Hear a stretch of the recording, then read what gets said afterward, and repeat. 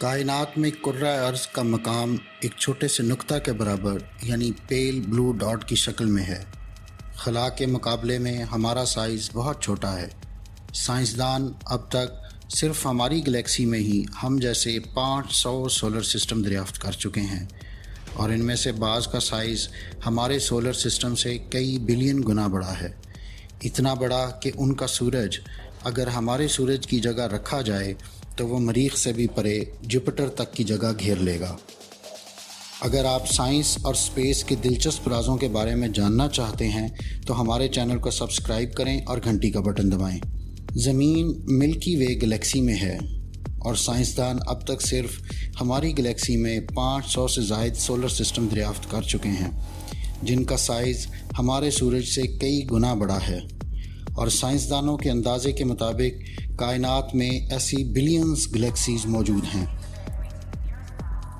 सिर्फ हमारी गैलेक्सी ही साइज़ में इतनी बड़ी है कि हमारे सूरज को इसका एक ऑर्बिट मुकम्मल करने में 200 मिलियन साल लगेंगे। साइंसदानों के मुताबिक 150,000 नूरी साल की दूरी पर एंड्रोमेड गैलेक्सी है जो कुछ बिलियन सालों में हमारी कहकशां के साथ टकरा जाएगी।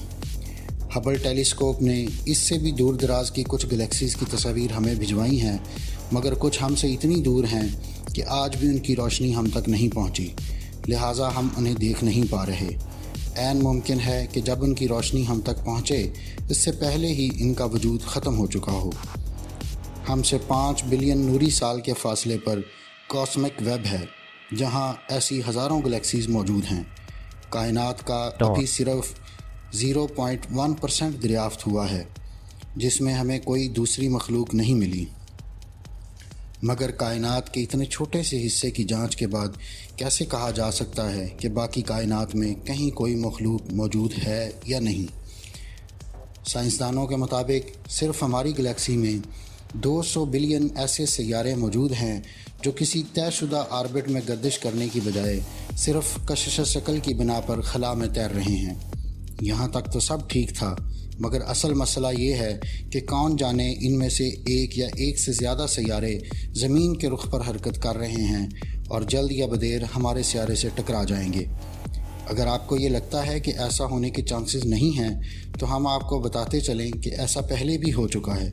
जी हाँ, 4.5 बिलियन साल पहले मरीख के साइज़ के बराबर एक सैयारा हमारे सैयारा ज़मीन से टकरा चुका है। गोली की रफ्तार से 12 गुना तेज़ यानी 25,000 मील फ़ी घंटा की रफ्तार से जब यह प्लैनेट ज़मीन से टकराया तो इसकी शिद्दत से ज़मीन माया में बदल गई। जहन्नम की सूरत इख्तियार कर जाने वाली ज़मीन पर सिर्फ लावा, आग और पत्थर बचे। इस टकराव की शिद्दत से जो मलबा फ़ज़ा में बिखरा बादज़ा वही इकट्ठा होकर चाँद की शक्ल इख्तियार कर गया।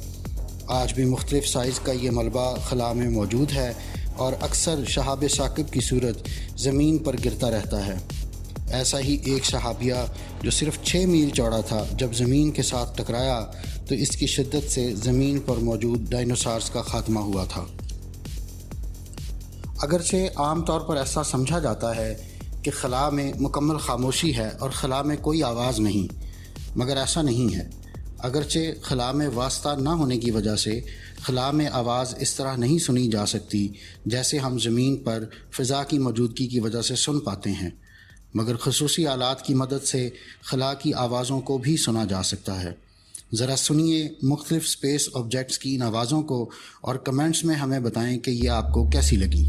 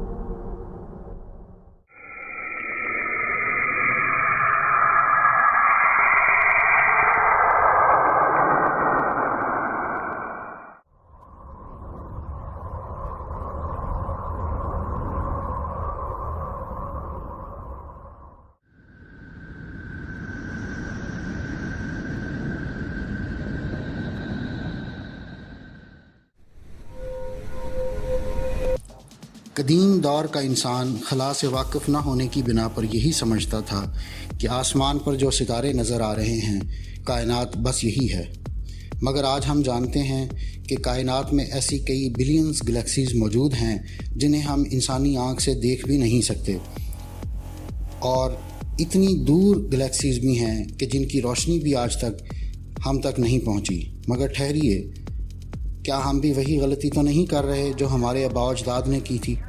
ہو سکتا ہے کہ ہم اپنی اس کائنات سے پرے دیکھ ہی نہیں پا رہے، ہو سکتا ہے کہ ہماری کائنات جیسی دیگر کائنات بھی موجود ہوں۔ سائنس میں اسی کانسیپٹ کو ملٹی ورس تھیوری کہا جاتا ہے، اور ہو سکتا ہے کہ کسی دوسری کائنات میں اور طرح کے فزکس قوانین ہو، یا وہاں بالکل مختلف قسم کی مخلوق موجود ہو۔ جب کوئی ستارہ مرتا ہے تو اس میں سے بہت چمکدار روشنی خارج ہوتی ہے جو بعض اوقات پوری گلیکسی پر اثر انداز ہوتی ہے۔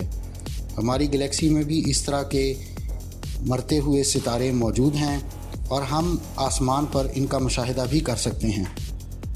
ستارے ایک بہت بڑے نیوکلیئر ری ایکٹر کی طرح ہوتے ہیں جہاں ہائیڈروجن اور ہیلیم کے فیوژن سے انرجی پیدا ہوتی ہے، مگر وقت کے ساتھ ساتھ ہائیڈروجن ختم ہو جاتی ہے تو ہیلیم اور ہیوی میٹلز جیسا کہ آئرن کا فیوژن شروع ہو جاتا ہے، جس سے تیز سرخ روشنی خارج ہوتی ہے۔